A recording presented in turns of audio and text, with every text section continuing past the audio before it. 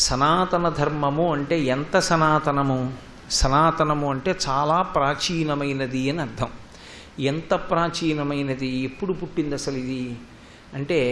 సనాతన అన్న మాట ఎవరికి అన్వయం అవుతుందంటే భగవంతుడికి అన్వయం అవుతుంది. భగవంతుడు ఎప్పుడు పుట్టాడు అంటే భగవంతుడికి పుట్టుక ఉండదు, గిట్టుగా ఉండదు. ఆయన శాశ్వతుడు, ఎప్పుడూ ఉంటాడు. ఈ జగత్తు అశాశ్వతము. జాయతే గచ్చతే ఇది జగత్ అని. ఆయన నుండి ఈ జగత్తు వస్తూ ఉంటుంది, వెళ్ళిపోతూ ఉంటుంది. 6 రకములైనటువంటి వికారములతో కూడుకుని ఉంటుంది.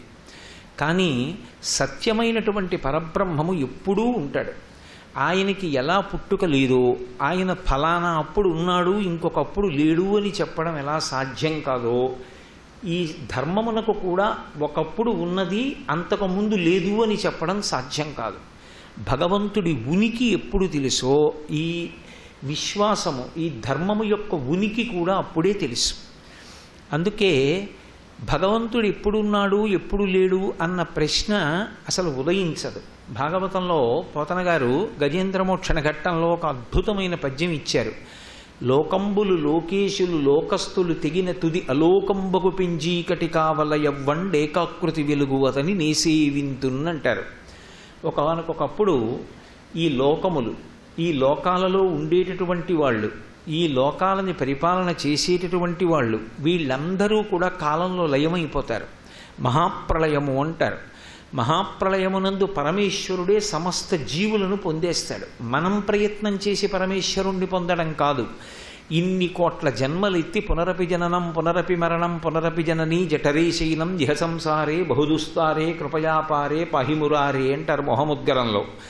అలా కొన్ని కోట్ల జన్మలెత్తి అమ్మ కడుపులోకి వచ్చి బయటికి వచ్చి మళ్ళీ శ్మశానంలో శరీరాన్ని పంచభూతాల్లో కలిపేసి మళ్ళీ అమ్మ కడుపులోకి వెళ్ళి మళ్ళీ శరీరం పొంది మళ్ళీ బయటకు వచ్చి మళ్ళీ కర్మ చేసి మళ్ళీ కొత్తగా పాపపుణ్యాలు చేసుకుని మళ్ళీ అలా జనన మరణ చక్రంలో తిరుగుతున్నటువంటి జీవుడికి విశ్రాంతి ఇవ్వడం కోసమని తనంత తాను సాధన చేత ఎటూ నన్ను పొందలేకపోతున్నాడని పరమేశ్వరుడే సమస్త జీవకోటిని తాను పొందేస్తాడు. అది పరమదయతో చేసేటటువంటి విశేషం. అందుకే మహాప్రళయం ఎలా ఉంటుంది అంటే ఒక ఉదాహరణ చెప్తారు. ఒక మైనపు ముద్ద నల్లపూసల మధ్యలోకి వచ్చి పడిందనుకోండి. ఇప్పుడు నల్లపూసలు మైనపు ముద్దను అంటుకోలేదు, మైనపు ముద్ద నల్లపూసల్ని తనకు అంటించుకుంది, వాటి మధ్యలోకి వచ్చి పడి. అలా పరమేశ్వరుడే సమస్త జీవులను తాను పొందుతాడు. పొంది కొంతకాలం అందరికీ విశ్రాంతినిస్తాడు. ఆ సమయంలో ఇక సృష్టి ఉండదు. సమస్త జీవులు కూడా మహాప్రళయంలో ఈశ్వరుడు యందు లయమైపోతారేమో కానీ ఈశ్వరుడు మాత్రం లోకంబులు లోకేశులు లోకస్తులు తెగిన తుది అలోకంబగు పింజీకటి కావల. అప్పుడు ఈ లోకాలు ఉండవు. మహాప్రళయంలో కటిక చీకట్లో జలముల చేత నిండిపోతుంది. అప్పుడే ఒక్క పరమాత్మ వటపత్రశాయి అయి ఆ ప్రళయ జలముల మీద తేలుతూ ఉంటాడు అని. అటువంటి సమయంలో ఆయన ఒక్కడే ఏకాకృతి వెలుగు. ఆయన ఒక్కడు వెలిగిపోతూ ఉంటాడు. ఎలా వెలిగిపోతూ ఒక్కడు ఉండిపోతాడు అన్నదాన్ని వేదం మాట్లాడుతూ నతత్ర సూర్యోభాతి నచంద్రతారకం నేమా విద్యుతో భాతి కుతోయమగ్ని త్వమేవ భాంతమనుభాతి సర్వం తస్య భాషా సర్వమిదం విభాతి అంటుంది. అసలు సూర్యచంద్రుల యొక్క సహాయం అవసరం లేకుండా కోటి సూర్యుల పగిది వెలిగిపోతూ పరమాత్మ ఒక్కడే మిగిలిపోతాడు. అలా ఆయన ఎప్పుడూ ఉండేటటువంటి వాడే. ఆయన ఒకనాడు ఉన్నవాడు, ఒకనాడు లేనివాడు కాడు. అందుకే అచ్యుతుడు అని పిలుస్తూ ఉంటారు. అటువంటి పరమాత్మ ఒక్కొక్క రూపంలో కనపడినప్పుడు ఈ సిద్ధాంతాన్ని ప్రతిపాదన చేస్తూ ఉంటాడు తప్ప అదేదో నిజంగా అలంకారం అని భావన చెయ్యకూడదు. మనం చూడండి, పరమశివుని యొక్క రూపాన్ని చూసినప్పుడు పునుకలమాల ధరిస్తాడు, పుర్రెలమాల వేసుకుంటాడే. ఎందుకు పుర్రెలమాల వేసుకోవడం? పునుకల పేరు కంఠమున భూరి భుజంగము భూషణంబుగా అనయము భస్మధారణము వద్రి నివాసము మేరు విల్లుగా అనువుగ దంతి చర్మమును హస్తములందు కపాల శూలముల్ పడివడిదాల్తు శంకరు కృపావరు రూపమును ఆశ్రయించదన్నంటారు. ఆయన మెడలో పునుకలమాల అంటే పుర్రెలమాల వేసుకుని ఉంటాడు. ఏమిటా పుర్రెలమాల అంటే మొట్టమొదట ఈ సృష్టి చెయ్యడానికి బ్రహ్మగారిని సృష్టించి బ్రహ్మగారికి వేదాన్ని ఆధారంగా ఇస్తాడు. ఈ వేదాన్ని ఆధారం చేసుకుని సృష్టి చెయ్యి అని 4 ముఖాలతో 4 వేదాలు చెప్తూ బ్రహ్మగారు సృష్టి చేస్తూ ఉంటాడు.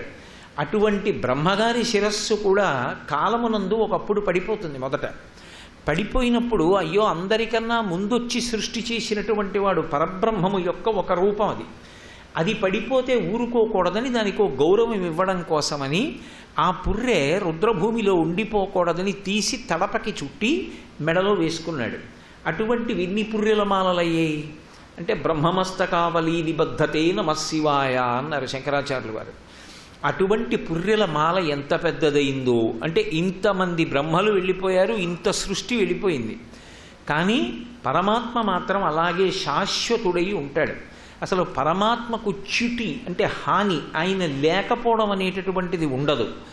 కాబట్టి పరమాత్మ ఎప్పుడు ఉన్నాడో అంత సనాతనమైనటువంటిది ఈ ధర్మము. మనం అనుష్ఠిస్తున్నటువంటి విశ్వాసం ఏదైతే ఉందో దానిని ధర్మము అని పిలుస్తారు. మతము అన్న మాట అన్వయం చెయ్యలేదు. అందుకే మతము అంటే పరిమితమైనటువంటి ఒక మతిలోంచి, ఒక బుద్ధిలోంచి, ఒక నిర్ణయంలోంచి, ఒక ఆలోచనలోంచి, ఒక సిద్ధాంతకర్త యొక్క ప్రణాళికలోంచి, ఆయన వ్యూహంలోంచి, ఆయన యొక్క స్మృతిలోంచి ఆవిర్భవిస్తే దాన్ని మతము అని పిలుస్తారు. ఎవరో ఒకరి యొక్క ఆలోచనలోంచి వచ్చినది కాదు. ఇది భగవంతుడు ఎప్పుడున్నాడో అప్పుడే ఉంది. అందుకే దీనికి సనాతన ధర్మము, వైదిక ధర్మము అని పేరు. అయితే ఇది ఉన్నది అన్నప్పుడు మరి ఈ మనుష్యులందరూ కూడా భగవంతుణ్ణి చేరడానికి ఒక ప్రమాణ వాక్కు అంటారు. ప్రమాణము అంటే సత్యమును ఆవిష్కరించగలిగినటువంటి వాక్కు, దారి చూపించగలిగినటువంటి వాక్కు. అసలు భగవంతుణ్ణి చేరుకోవడానికి మనుష్యులకు ప్రబోధం చెయ్యడానికి ఒక ప్రమాణ వాక్కు దీనికి ఎప్పుడు పుట్టింది? ఈ ధర్మం ఫలానా ప్రమాణం మీద ఆధారపడి ఉన్నది, దీనికి ఇది ప్రమాణం అని చెప్పినప్పుడు ఆ ప్రమాణం ఎప్పుడు పుట్టింది, ఆ ప్రమాణం ఎప్పుడు వచ్చింది అన్నదాన్ని బట్టి ఇది ఎప్పుడు వచ్చిందో చెప్తారు. కాలంలో ఈ మతము రాలేదు, ఇది మతము కాదు, ఇది ధర్మము అని నేను ప్రతిపాదన చేస్తున్నప్పుడు దీనికి ప్రమాణం ఏది అంటే శంకర భగవత్పాదులు అవతార పరిసమాప్తి చేస్తుండగా శిష్యులందరూ ఆయన దగ్గరికి వెళ్ళారు. మీరు ఇచ్చిన వాంగ్మయం ఒక సముద్రం అంతుంది, మేము ఎప్పటికదంతా చదివి అనుష్ఠాన పర్యంతంలోకి తెచ్చుకుంటాం, మేము ప్రతిరోజు అనుష్ఠించడానికి వీలైన మాటలు చెప్పండి అన్నారు. వారి యొక్క చరమ సందేశం వేదో నిత్యమధీయతాం తదుదితం కర్మస్వనుష్ఠీయతాం అని.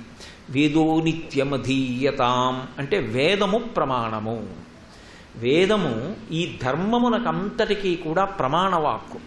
వేదాన్ని ఆధారం చేసుకుని ఈ ధర్మం నడుస్తూ ఉంటుంది, ఈ విశ్వాసం నడుస్తూ ఉంటుంది. వేదము దీనికి ప్రమాణము అని ప్రతిపాదన చేసినప్పుడు వేదం ఎప్పుడు వచ్చింది? వేదాన్ని ఎవరు రచన చేశారు అసలు అంటే వేదము అపౌరుషేయము. అపౌరుషేయము అంటే అది ఒకరి చేత రచింపబడినది కాదు, ఎవ్వరూ దాన్ని రచించలేదు. మరి వేదం ఎక్కడి నుంచి వచ్చింది అంటే భగవంతుని యొక్క నిశ్వాసకు వేదమని పేరు. ఆయన ఊపిరి విడిచిపెడితే అది వేదంగా వచ్చింది. చూడండి, ఇప్పుడు నేను ఉపన్యాసం చెప్తున్నాను అనుకోండి, ఊపిరి తీస్తూ మాట్లాడండి అన్నారనుకోండి, నేను మాట్లాడలేను, నేనేమి ఎవరూ మాట్లాడలేరు. ఊపిరి తీస్తూ మాట్లాడడం కుదరదు. ఊపిరి తీసినటువంటి ఊపిరిని వాక్కుగా వ్యయం చేస్తాం, మాటగా దాన్ని వ్యయం చేస్తే అప్పుడు మాటగా పైకొస్తుంది. అందుకే ఉచ్ఛ్వాసయందు వాక్కు ఉండదు, నిశ్వాసయందు వాక్కు ఉంటుంది, విడిచిపెట్టినప్పుడు ఉంటుంది. కానీ నేను ఇలా మాట్లాడుతున్నప్పుడు, నేను ఒక వాక్యాన్ని నిర్మాణం చేస్తున్నప్పుడు ఆ వాక్యం ఒక చోట ఊపిరి పూర్తయిపోతున్న కారణం చేత ఇక మాటగా మార్చడానికి అవకాశం లేక కించిత్ వ్యవధానం తీసుకుని మళ్ళీ ఊపిరి తీసుకుంటాను. ఆ ఊపిరి తీసుకున్నప్పుడు ఒక నిశ్శబ్దం వస్తుంది. ఆ నిశ్శబ్దం వాక్కు అవుతుందా అవదా అంటే దాన్ని సంధ్య అంటారు. సంధ్య అంటే రెండిటి నడిమి కాలం. ఏదో చీకటి వెళ్ళిపోయి పగలొస్తోందనుకోండి, పూర్వ సంధ్య. సూర్యుడు మధ్యాహ్నం పశ్చిమ దిక్కుకు ఒరుగుతున్నాడు అనుకోండి, మాధ్యాహ్నిక సంధ్య. సాయంకాలం ప్రదోషం. దోషం అంటే చీకటి, అంటే ముందున్న కాలం. చీకటి రావడానికి ముందున్న కాలం, వెలుతురు వెళ్ళిపోతున్న కాలం, అది ప్రదోష వేళలో ఉండేటటువంటి ఉత్తర సంధ్య. 3 రకాలైనటువంటి సంధ్యాకాలాలు ఉంటాయి. అలాగే వాక్కుకి అంటే వాక్యానికి మధ్యలో ఊపిరి తీయడం కోసమని కొంచెం విరామం ఉంటుంది. ఆ విరామము కూడా వాక్కు కిందకు వచ్చేస్తుంది. ఎందుకంటే ఆ ఊపిరి తీసుకునేటప్పుడు తర్వాత నిర్మాణం చెయ్యబోయేటటువంటి వాక్కులకు సంబంధించినటువంటి వ్యూహం మనసులో నడుస్తుంది. ఇప్పుడు ఈ ఊపిరిని నువ్వు ఈ వాక్కుగా తయారు చెయ్యి అని. ఆ సంధ్య, ఆ విరామకాలంలో లోపల ఈశ్వరుడు విజృంభించి ఆలోచనిస్తాడు. అందుకే శంకరులు సంధ్యారంభ విజృంభితం శృతిశిరస్థానాంతరాధిష్ఠితం సప్రేమ భ్రమరాభిరామమసకృత్సద్వాసనాశోభితం భోగీంద్రాభరణం సమస్త సుమన పూజ్యం గుణావిష్కృతం సేవే శ్రీగిరిమల్లికార్జున మహాలింగం శివాలింగితం అన్నారు. భోగీంద్రాభరణం కాబట్టి ఆ మధ్యలో ఉండేటటువంటి సంధ్యాకాలం కూడా వాక్కు యొక్క స్వరూపమే అవుతుంది. అటువంటి వాక్కు ఏదైతే ఉన్నదో అది ఊపిరి విడిచిపెడుతున్నప్పుడు నిర్మాణం చెయ్యగలం తప్ప ఊపిరి తీస్తూ నిర్మాణం చెయ్యలేం. ఈశ్వరుని యొక్క ఊపిరి ప్రమాణవాక్కై బయటికి వచ్చింది. మీరు ఇక్కడ ఒక విషయాన్ని చాలా జాగ్రత్తగా పట్టుకోవాలి. కోటేశ్వరరావు అనబడేటటువంటి ఒక శరీరం ఇవాళ మీ ముందు కూర్చుని మాట్లాడుతోంది. కోటేశ్వరరావు అనబడేటటువంటి ఈ వ్యక్తి ఎప్పుడు ఉన్నాడు, అసలు ఎప్పుడు వచ్చాడు ఈ లోకంలోకి? భవతి అంటారు సంస్కృతంలో, అంటే ఉన్నాడు. ఎప్పుడు అంటే ఏదో దీనికి ఒక జనన తేదీ ఉంది, ఈ శరీరం పుట్టిన తేదీ ఒకటి ఉంది. అదేం పెద్ద రహస్యమే ఉంది అందులో. జూలై 14, 1959లో ఇది పుట్టింది. అంతకుముందు ఇది లేదు. ఇది పుట్టినప్పుడు తర్వాత కూడా ఇది ఉన్నది ఉన్నది ఉన్నది అనడానికి ప్రమాణం ఏమిటి? ఊపిరి. ఊపిరి ఎంతకాలం లోపలికెడుతోందో, ఊపిరి ఎంతకాలం బయటికి వస్తోందో అంతకాలం ఉన్నారు ఉన్నారు ఉన్నారు అంటారు. అయ్యా బాగున్నారా అండి అని అడుగుతారు. అది లేకపోతే లోపలికెళ్ళి బయటికి వెళ్ళకపోయినా, బయటికి వెళ్ళింది లోపలికి వెళ్ళకపోయినా శివం వెళ్ళిపోయింది అంటారు. అది కేవలం శవం అవుతుంది.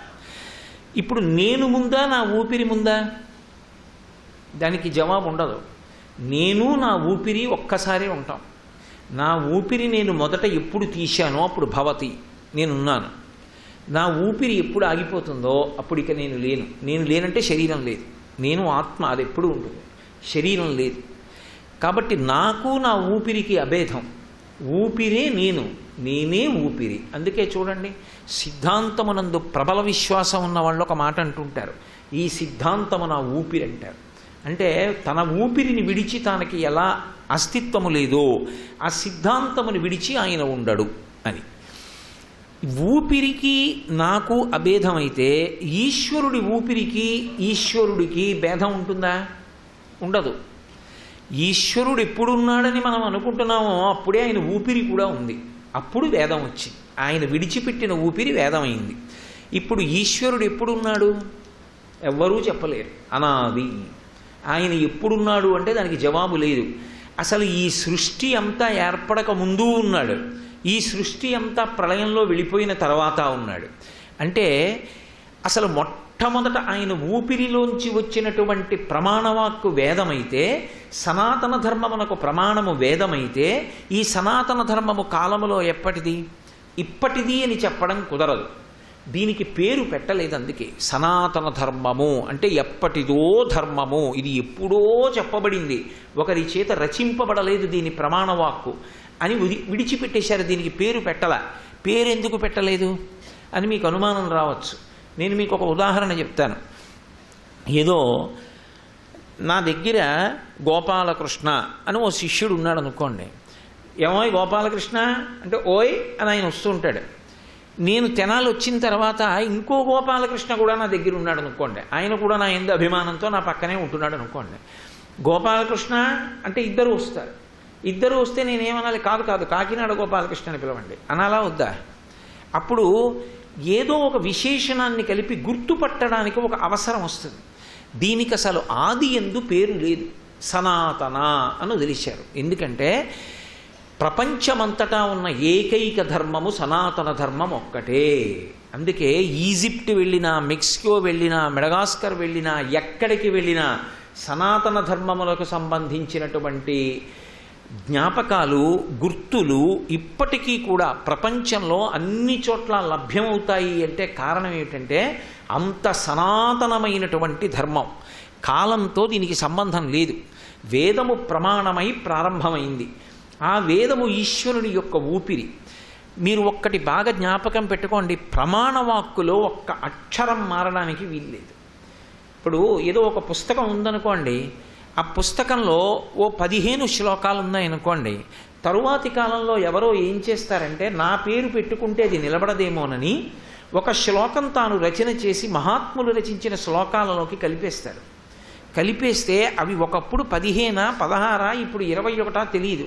అలా ఇప్పటికీ లోకంలో మహాత్ములు చేసిన శ్లోకాలలో ఎన్ని ప్రక్షిప్తములు అంటే తర్వాత వచ్చి చేరే ఎన్ని యథార్థంగా వాళ్ళు చేసినవి అన్నది ఇప్పటికీ కొన్ని విషయాల్లో చర్చ ఉంది. మరి అలా వేదంలోకి కూడా ఒక్కక్షరమైనా చేరిందనుకోండి, చేరితే అసలు వేదంలో అది ఈశ్వరుడు చెప్పాడా చెప్పలేదా అంటే ఎలా తెలుసుకోవడం? అందుకే ప్రమాణవాక్కుని రక్షించడానికి సనాతన ధర్మంలో ఉన్నటువంటి ప్రయోగం మీకు ప్రపంచంలో ఇంకెక్కడా కనపడదు. దీన్ని పుస్తక రూపంలో పెట్టామనుకోండి, అచ్చు తప్పు రావచ్చు, లేదా వ్రాసిన వ్యక్తి తప్పుగా వ్రాయవచ్చు, లేదా అక్కడ ఒక కన్నం పడచ్చు. ఒక కన్నం పడిందనుకోండి, అది విసర్గో లేకపోతే పూర్ణం అంటే సున్నో అనుకున్నాను అనుకోండి, దాని ఉచ్చారణ మారిపోతుంది. అలా మారకుండా దీన్ని కాపాడాలి అంటే వేదాన్ని అద్భుతంగా రక్షణ చేశారు. ఇప్పుడు కాదు, కాలంలో ఎప్పటి నుంచి ఇలా ప్రవాహంగా వస్తోందో తెలియదు. వేదాన్ని అందుకే ఎక్కడా కూడా వ్రాసి ఉంచి మీరు పుస్తకం చూసి చదువుకోండి అని చెప్పలేదు. వేదము శృతి అని పిలువబడుతుంది. శృతి అని పేరు ఎందుకు వచ్చిందంటే శృణ్వంతప, వినడానికి ఆధారం ఏది అంటే చెవి. ఈ చెవిని ఆధారం చేసుకుని వింటాం. వేదము యొక్క ప్రమాణం ఎలా నిలబడుతుంది అంటే చెవిని ఆధారం చేసుకుని నిలబడుతుంది. ఒక మంత్రం ఉందనుకోండి వేదంలో, ఆ మంత్రం పుస్తకంలో చూసి చదివితే ఫలితం రాదు. ఎందుకు రాదు అంటే మీరు ఎప్పుడైనా వేద మంత్రాన్ని పుస్తకంలో చూస్తే కనపడుతుంది, పైన గీతలు ఉంటాయి, కింద గీతలు ఉంటాయి, అడ్డంగా గీత ఉంటుంది. అంటే ఉదాత్త, అనుదాత్త, స్వరిత అని స్వరం ఉంటుంది. ఉదాత్త అన్నప్పుడు పైకి ఎత్తాలి, అనుదాత్త కిందకి దింపాలి, స్వరిత సమానంగా పలకాలి. ఇందులో గురువుగారు కూర్చుని స్వరంతో మంత్రం చెప్తారు. మీరు అందుకే ఎప్పుడైనా గమనించండి, వేదమునందు నిష్ణాతులైనటువంటి పెద్దలు మీతో యథాలాపంగా మాట్లాడుతున్నా సరే వాళ్ళు చెయ్యి ఇలా అంటుంటారు, ఇలా అంటుంటారు. మాట్లాడేటప్పుడు కూడా స్వరం పలుకుతూ ఉంటారు. కారణం ఏంటంటే వాళ్ళకి అలా అలవాటైపోయింది. శిష్యులకు చెప్పి చెప్పి చెప్పి చెప్పి చెప్పి తమ ఊపిరినంతటినీ కూడా శిష్యులకి వేదాన్ని నేర్పడంలో వ్యయం చేసి వాళ్ళు ఆ స్వరం మీద ఎప్పుడు దృష్టి పెట్టి ఉంటారు. ఎక్కడ కిందకి దింపాలో, ఎక్కడ పైకెత్తాలో, ఎక్కడ సమానంగా పలకాలో శిష్యుడికి చెప్తూ ఉంటారు. గురువుగారు చెప్తుంటే గురువుగారి వెంట శిష్యుడు పలుకుతాడు. పలుకుతుంటే ఒక్క అక్షరం తప్పు వస్తుందేమో, అలా పలికేవాడు ఎవరైనా పొరపాటు చెప్తే. అందుకని దానికి ఘన జట రూపాలు వచ్చాయి. ఘన అంటే ఒకే పాదాన్ని అటు ఇటు మాటల్ని మార్చి మార్చి చూపిస్తారు ఘనస్వరూపంలో. అప్పుడు ఒక అక్షరం కూడా మారడానికి అవకాశం ఉండదు. అందుకే వేదంలో ఘనపాఠం చదువుకున్నాడు అంటే ఆయన చాలా గొప్పవాడని గుర్తు. ఘనపాఠి అంటారు, ఘనాపాఠి కాదు, ఘనపాఠి అంటే ఘనతో చదువుతాడు వేదాన్ని. అదే మంత్రాన్ని 3 పదములు ఉంటే ఆ పదములను అటు ఇటు వేసి దాన్ని స్వరంతో పలుకుతాడు. ఆ ఘనపాఠం చదవడము అంటే అంత సామాన్యమైన విషయం కాదు. ఎంతో కాలం గురువుగారి దగ్గర నేర్చుకోవాలి. అటువంటి ఘన జట మొదలైనటువంటి అధ్యయన ప్రక్రియల ద్వారా వేదంలో అప్పటి నుంచి ఇప్పటి వరకు ఒక్క అక్షరం పెరిగిందని కానీ, ఇది వేదంలో లేని మంత్రం కొత్తగా చేరిందా లేకపోతే వేదంలో ఉందా అన్న అనుమానం కానీ లేకుండా ఇప్పటికీ కాలంలో వేదం అలాగే నిలబడింది. అలా నిలబడినది ఏదైనా ఉంటే వేదం ఒక్కటే. అపౌరుషేయము, అది ఒకరి చేత రచింపబడలేదు. ఒకరి చేత రచింపబడనప్పుడు అసలు ఈ మంత్రములు ఎవరు మొట్టమొదట వ్రాసుకున్నారు? మొదట దీన్ని జ్ఞాపకం పెట్టుకున్న వాళ్ళు ఎవరు? సరే, భగవంతుడు పలికాడు. భగవంతుడు పలికితే మరి స్వరం తప్పకూడదు అంటున్నారుగా.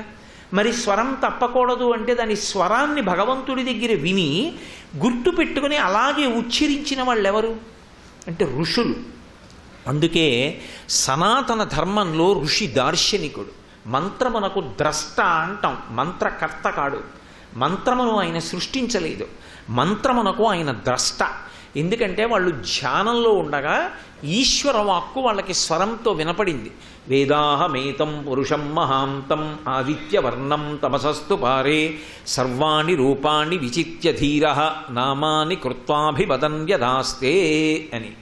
వాళ్ళకి ఆ చెవిలో ఈశ్వరవాక్కు ప్రమాణంగా మంత్రస్వరూపంలో వినపడితే స్వరంలో ఎలా వినపడిందో అలాగే వాళ్ళు ధారణలో ఉంచి శిష్యులకు క్రమానుగతంగా వచ్చేటట్టుగా చేశారు. పరంపరాగతంగా ఇప్పటికీ అదే స్వరంతో పలుకుతారు. మీరు అందుకే చూడండి, ఎంతమంది వేద పండితులు ఒక చోట కూర్చొనివ్వండి, ఒక ఘనపాఠం చదువుతుంటే అందరూ ఒక్క స్వరంతో ఒక్కలాగే ఘనపాఠం చెప్తారు తప్ప అదేమిటి మీరు చెప్పిన దాంట్లో ఓ వాక్యం ఎక్కువ ఉంది, మా దాంట్లో ఓ వాక్యం తక్కువ ఉంది అన్న మాట ఉండదు. ఒక్కలాగే పెడుతుంది. ఇది మనందరం కూడా పరమ సంతోషాన్ని పొందవలసినటువంటి విశేషం. అంత గొప్పగా ప్రమాణం అలాగే నడుస్తూ వెళ్ళింది. వేదములు అనంతమైనటువంటి రాశి. అంత వేదరాశిని అందరూ చదవడం సాధ్యం కాదు. దానికి మళ్ళీ శ్రీమన్నారాయణుడు ఏం చేస్తూ ఉంటాడంటే ఒక్కొక్క యుగంలో పూర్ణంగా తేజస్సు నిలబెట్టుకున్నవాడైతే ఎంత ఆయుర్దాయాన్ని పొందగలడో నిర్ణయం చేస్తాడు. ఒకప్పుడు త్రేతాయుగంలో దశరథ మహారాజు గారు 60,000 సంవత్సరముల వయస్సులో యవరాజ్య పట్టాభిషేకం సంకల్పం చేశాడు అని రామాయణంలో ఉంది. రాముడే ప్రతిజ్ఞ చేశాడు, దశవర్ష సహస్రాణి దశవర్ష శతానిచ, 11,000 సంవత్సరములు రాజ్య పరిపాలన చేస్తానని. అటువంటప్పుడు మరి కలియుగంలో శతమానం భవతి శతాయు, 100 సంవత్సరములు పూర్ణాయుర్దాయం. 100 ఏళ్ళు కన్నా ఒక వ్యక్తి ఉండనప్పుడు అందులో బాల్యం కొంతుంటుంది, కౌమారం కొంతుంటుంది, యవ్వనం కొంతుంటుంది, వార్ధక్యం కొంతుంటుంది. బాల్యంలో అంత తొందరగా మంత్రములు పట్టుబడేటటువంటి అవకాశం ఉండదు. గర్భాష్టమంలో తప్ప ఉపనయనం లేదు. ఉపనయనం లేకపోతే వేదాధ్యయనం లేదు. లేనప్పుడు ఎలా నేర్చుకుంటాడు ఇన్ని మంత్రాలు?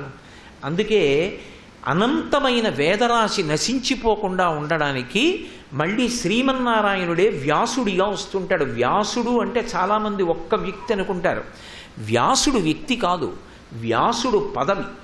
ముఖ్యమంత్రి అన్నాను అనుకోండి, నేను ఇప్పుడు ఒకరు ముఖ్యమంత్రిగా ఉన్నారు, ఇతపూర్వం వేరొకరు ముఖ్యమంత్రిగా ఉన్నారు, అంతకుముందు ఇంకొక ఆయన ముఖ్యమంత్రిగా ఉన్నారు. ఈ రాష్ట్రం ఎప్పుడు వచ్చిందో అప్పుడు ముఖ్యమంత్రి వచ్చింది. అప్పటి నుంచి అందులో ఎందరో పెద్దలు కూర్చుని పరిపాలన చేశారు. ఆ సమయంలో ఆ వర్తమాన కాలంలో ఎవరు ముఖ్యమంత్రిగా కూర్చున్నారో వారు ముఖ్యమంత్రి అంటాం. కానీ ముఖ్యమంత్రి అన్నది పదవి, అంతేకాని అది పేరు కాదు. ఆ పదవిలో వ్యక్తులు కూర్చుంటారు. ఎవరు దానికి సమర్థులో, ఎవరు ఈశ్వరానుగ్రహాన్ని పొందారో వారు ఆ పదవులను అధిష్ఠిస్తూ ఉంటారు. వ్యాస పదవి, వ్యాస వ్యక్తి కాడు. చాలామంది ఏమనుకుంటారంటే వ్యాసుడంటే ఒక వ్యక్తి అనుకుంటారు. వ్యాస ఒక పదవి. ఒక్కొక్క యుగమునకు ప్రారంభంలో సాక్షాత్తు నారాయణుడు వ్యాసుడిగా వస్తూ ఉంటాడు. సర్వం శ్రీ ఉమామహేశ్వర పరబ్రహ్మార్పణమస్తు. స్వస్తి.